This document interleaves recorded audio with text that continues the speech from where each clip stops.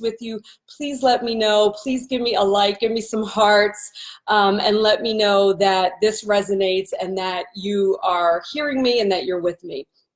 So today is the 15th anniversary of my mother's death, and I remember the day so clearly. I was talking to my husband this morning and he was like, does it feel like yesterday? And it's like, yes, it feels like yesterday, and it also feels like eons ago. However, the memory of this morning that I found out has always been crystal clear. I actually had just flown back home the night before because I was away at work, at a work conference in Florida, and at the time I lived in Delaware. So while I was at the conference, I actually had spoken to my mother. It was Mother's Day, and she was with my brother and my grandmother, and they were going out to brunch to celebrate Mother's Day. And I remember when we spoke, we had made plans to go out to dinner when I got back in town. And we said, I love you, like we always did when we hung up. And that was the last time that I spoke to her. She was 45. I was 26, just a month before I turned 27.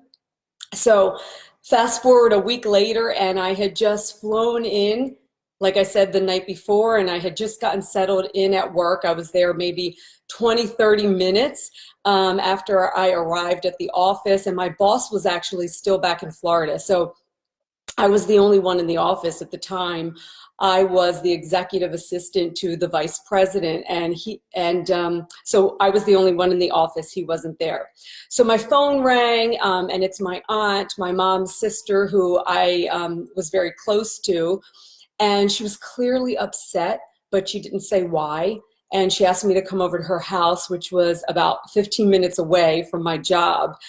And so, of course, my boss wasn't there, so it was easy for me to just say yes. I jumped in the car and I drove over. And I remember the entire time that I was driving there, I was thinking, oh my gosh, maybe something has happened with her husband. They've gotten a bad fight. She's getting a divorce. I mean, why would my aunt seem so upset and call me? And then I started thinking maybe something happened to one of the kids. And I mentally was gearing myself up to be really strong and supportive for her. Like, I remember that so clearly, being in the car and just being like, okay, I'm going to be really strong for her. So when I got there, I walked in, she was there by herself, and she could not stop crying. So every time she tried to speak, she just cried and she was sobbing. And I kept asking her if it was the kids, what had happened. And the more she cried, the more worried I got. I mean, she just couldn't get anything out. She would try to talk and then she would just sob. And I remember I got really scared, and I just thought, oh my gosh, something bad has happened to one of the kids, and I just screamed at her. I remember so vividly, I just screamed at her, just tell me, just say it already. And nothing in a million years could have prepared me for the words that came out of her mouth. And she just looked at me and she said, your mom died. And that's how she said it. And she just said it, and the world stopped, as you can imagine. I remember going into the bathroom and just vomiting. I just remember not understanding what was going on. And soon after, I got in the car and I drove. And I mean, that was my thing, was to kind of run away from pain. And it was just, it was a moment. And if you've ever had a moment in your life where something happened and everything changed in a split second, then you know exactly what I'm talking about. And that's what that moment was for me. It was like the world stopped, everything was in slow motion, and it was like everything that you knew about life just changed. I mean, death isn't really a shock, right? Because we all know that we die. But when somebody dies, it's a shock. And so my mother was killed early that morning, around 6:30 in the morning, as she was driving to work. It was rainy outside, and a dog ran in front of her on the highway, and she swerved to avoid it, and she spun out of control into oncoming traffic, and she was hit and killed instantly. So my world changed in that instant. And so kind of fast forward, back to my job. I got back to my job after the funeral and after all of the things that you do after somebody dies in your family. I went back to my day job. And here's the thing about the job that I had at the time and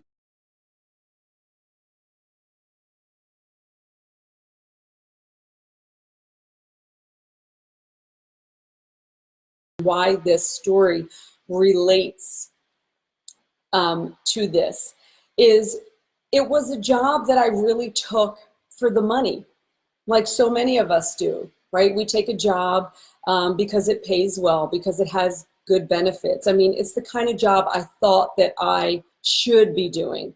It paid well, it had good benefits, I had a title, there was room for advancement, I was putting my college degree to use.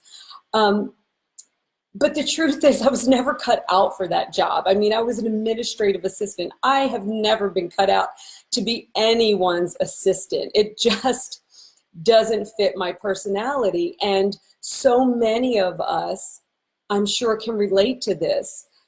So many of us have been in jobs, or so many of you may still be in jobs or in careers that you're just in because it's the thing you think you should be doing, right? It's the thing that's making money. It's the thing that gives you great benefits. It's kind of how a lot of us were raised. And I'm not saying that's good or bad, but what I am saying is there's a place for those of us who also want to be really connected to what it is that we're doing in the world. So I was never cut out to be an assistant. And the worst part is my boss was a real jerk. And he didn't stop being a jerk after my mother died. He was like, come on, let's get on with it, And even worse is he was beginning to harass me. And even though I spoke up to him, I kept putting up with all his bull crap, because the job paid well. And that's what we're taught, right? Get a good job, hold on to it, get good benefits, and like to hell with like how you feel, right? So, I got back to the job. Like I said, my boss was still being what he was being. And I just increasingly began to feel empty. As you can imagine, something like that happens in your life. It rocks your world. And I think you can do one of two things. You can sink into a deep depression, or you can let it fuel a fire in you to wake up and start living a life that you really want to live. And that's what it did for me. That's truly the gift that my mother's dying at such a young age gave to me. It just hit me, as I was sitting in that office day after day and, doing tedious tasks that didn't mean anything to me. And, trying to do stuff that I really wasn't good at and suppressing all of the things in me that I am really good at, right? I mean, I'm a natural leader. I'm a natural coach. I'm a natural teacher. I'm very creative. I love to create things. That's why I've created 4 businesses. I mean, none of that I wasn't being able to tap into that. And I was slowly just dying inside. It's like it chips away at you little by little. I remember looking around the office environment and seeing people who were 10, 20, 30 years older than me. And I thought, oh my gosh, this is going to be me. I'm going to be sitting there miserable, not connected to what I'm doing, just in a slump, unhealthy, can't wait until 5 o'clock, can't wait until Friday, and it hit me. I could die in any second. I could die like that, just like my mom. And this is what I would die doing. And I just made the decision then and there that I was no longer going to make decisions in my life and for my career, for my job, based on money. I wasn't going to make decisions for my life based on what the norm is, what society expected of me, what I thought I should be doing. And I decided in that moment to really look within. What is it that I really want to be doing? What is it that I'm really good at? What is it that I actually have to contribute to the world, not just in office? And that's not to say that an office environment isn't good for some people, right? I mean, that's not to say that. There are some people who are clearly cut out for that, you know, who really thrive in that and do well. And if you know that about yourself and you're in that environment, that's great. But if you're in that environment and it's not who you are, or if you're painting houses and that's not your greatest gifts, then you have the option, you have the choice. No matter how stuck you think you are, you actually have a choice of what you want to spend your time doing. The little bit of time that we all have on this earth, on the planet as we know it, in this lifetime as we know it. And so I decided in that moment to just jump into my fears. It wasn't that I was fearless. I had fear. Until this day, I still do things when I'm afraid. And in fact, almost everything that I do that's worth doing and that amounts to anything, I do when I'm afraid. So I tapped into myself and I asked the hard questions.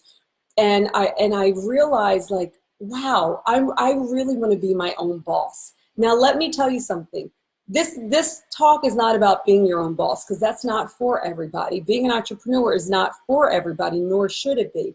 But for me, I'm talking about how I came to my realization so that you can use this process for yourself. How I came to the realization was I just got really clear and I got really deep and I wrote and I journaled and I talked to myself out loud and I prayed and I meditated and I walked and I did everything I could. And I just kept asking the question, what is it that I'm really good at? What is it that people seeing me? What is it that I love to do no matter what? What is it that I'm always, you know, wanting to do? And none of it had to do with any of the things that I was doing in my job. And all of it had to do with somehow helping other people, somehow being my own boss. And I had no idea really what that meant or how I was going to do it. Like I didn't have any examples of it. There was nobody in my family that was self-employed or was an entrepreneur. So it was very foreign to me. But I decided to just jump in and try it anyway. I had no idea what I was going to do. I quit my job. I went to massage school while I waited tables. You know, like a lot of you have done something like that, right? Like you've waited tables or you've taken a bunch of odd jobs to put yourself through school. Well, I did this after I had already gotten my college degree. I decided to go to massage school because it's something that I loved at the time. I loved massage. I was into health. I was into helping people. And quite honestly, at the time, it seemed like the easy thing to do. And I just wanted to work for myself. That's the thing about getting on the journey to what you're meant to do, is sometimes it starts out as one thing because that's your foot into the door, and then it evolves over time. So if you're feeling like you're in a situation right now, in a job or a career that is not you, that is not, you know, it's not connected to what you really feel, not just passionate about, but what you feel you're really good at, you don't have to have it all figured out to make a change. You just have to make a change, and the universe will feel that energy and that commitment for you and that openness from you, and it will start to lead you on the journey of where you go next. Because where I am now as an entrepreneur 15 years later is completely different than my entry into entrepreneurship. But the truth of the matter is that's what my calling is. In my heart and in my core, I'm an entrepreneur. I like to create things. I'm self-driven. I'm self-motivated. You know, I like to be the facilitator for something new. I like to coach people. I like to teach people. So what I'm saying to you is, if there's a drive in you, if you're being pulled to something, don't think that you have to have all the pieces figured out before you make a move, before you make a change. You don't. It will all line up for you when you decide that you're going to do it anyway, right? That life is short, that life is now, because truly it is. This isn't a cliche. I mean, really, life is now. I could walk out tomorrow and it could be my last day. But you know what? I will have died knowing, and my family will have known, that I was doing something that I love, that I was pursuing what I love. Right? You're never there, but you're always working towards where you want to be. My mother died at 45 years old with all of her dreams inside of her. besides becoming a mother, she had so many other things that she wanted to do and she just kept putting it off. That is the most heartbreaking thing about seeing somebody's life end young. And even somebody's life ending at 60, 70, 80, 90. How many people do you know at that age who die and who never pursued their dreams? So I quit. I went to massage school. I waited tables. And what happened was making that decision actually led me down the path of healing. So instead of going into a depression about my mother, I really was opened up to the possibility of what I could create for my life. Right? Making that decision relieved so much anxiety. It relieved disgust. It relieved frustration. And because I was brave enough to do that, even when I was scared, it's like every single step after that, even though it was scary, it was like I knew that there was some kind of freedom on the other end. And that's what's possible for you. I thank my mother every day. Truly and honestly, I feel like her death in a way was a gift to me because it really opened my eyes and it really woke me up. And it lit a fire in me that I don't know that I would have had otherwise. So now I love the career and the business, the job, the work that I've created for myself over the past 15 years. Even though I've changed businesses, right? I love what I'm doing because it allows me to fulfill two of my desires, being an entrepreneur like I talked about and being my own boss, but also having the freedom to travel and move around when I want to. And so the question I have for you is, what are you doing for work? Is it what you always pictured yourself doing? Does it bring out your highest qualities, your greatest gifts? I call those your superpowers, right? Are you doing what you're really good at? Because here's why it's important to have a career or a job that uses your greatest gifts. Because that's the way that you have the greatest impact.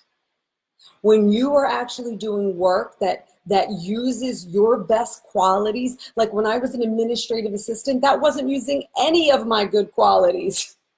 Those, like filing and making appointments and things like that. Are you kidding? Those aren't even things I'm good at with myself, let alone doing that for somebody else and in another business, right? So when you're using your greatest gifts, your superpowers, right? So I have a group program right now called Your Breakthrough Year, and that's what we're creating, big breakthroughs for people, helping them create transformations that they want in their life. And the first thing they do is we get them connected to their superpowers. What is it that they're naturally gifted at? Most of the time you don't even know because it's something that's so easy and natural to you that you ignore it and you think it's got to be these skills that you learned at school and in college and at your trade or whatever. But when you're connected to your greatest gifts, your superpowers, what you were put on this earth to do, that's when you have the greatest impact. That's when you're the best at your job. That's when you're the best in your industry. And that's also how you end up making the most money. Because what you're really good at comes easy to you, comes easier than other things, right? And when you're using your greatest gifts, you're aligned with the universe because that's the gifts that you came into the world with. So things just begin to flow better. You get more opportunities, more promotions, more influence, more impact, more money, more inspiration and motivation on a daily basis to keep going, to improve, to give more. You have more commitment to what you're doing. And really, that's the key to succeeding in anything. If you're not connected to what you're doing and it's not what you're meant to do, like it's not your superpowers, you're going to lose interest. You're going to burn out. You're going to quit. This happened to me many times in my life. So that's why I ask you, is what you're doing really bringing out your highest value? If you were to drop dead tomorrow, I hate to put it like that, but it's the truth. 15 years ago today, that's what happened to my mother. And it could happen to any one of us. So are you doing work that you are connected to? Does it fill you up? And if it doesn't, then what are you going to do about it? It doesn't mean you just have to pick up and leave your job. For some of you, maybe that's the answer. For others of you, that could be really irresponsible. It could mean that you transition out, right? It could mean that you start pursuing something else in the meantime, right? But where it starts is with the vision. For anything that I've created in my life, any change or transformation, any goal that I've achieved, and I am a master at achieving what I set out to achieve, at creating results. It all starts with a vision. Focus on the vision that you have for yourself, and that's it. Focus on the vision, not the absence of it, not the gap, not what's missing, not how much further you have to go. Focus on the vision and how that feels to you and what that experience is, and hold true to that, and then put some action behind it. Put some action behind it. And if you're using your greatest gifts right now, your superpowers, you'll know it because it means you're excited to go to work. You feel fulfilled. You feel inspired. You would do this work anyway, even if you weren't getting paid to do it. What I'm not getting paid to do this Facebook Live. This is what I love to do. I love to share. I love to share anything that might help other people create a breakthrough or transformation in their life, because those kinds of transformations and breakthroughs in my life have changed everything for me. It started a ripple effect, a domino effect of just creating more abundance, more joy, bringing the people and the experiences into my life that I want. And that's what you can have for your life too. So life is now. Life is now. If you're not doing the work that you want, living the life that you want, and you don't know what your superpowers are, then send me a message. Let me talk to you. Let's find out what you're meant to be doing in this lifetime. What is the work that you're meant to be doing? Send me a message and let's schedule a call. It's a free call. Let me get on the phone and support you. I have a couple spots open tomorrow and on Saturday. And for those of you who really would like some support around this and want to connect to something bigger in your life, then I can help support you in that. And all you need to do is send me a message through Messenger, throw a comment here. Actually, what I'll do right now is I'll put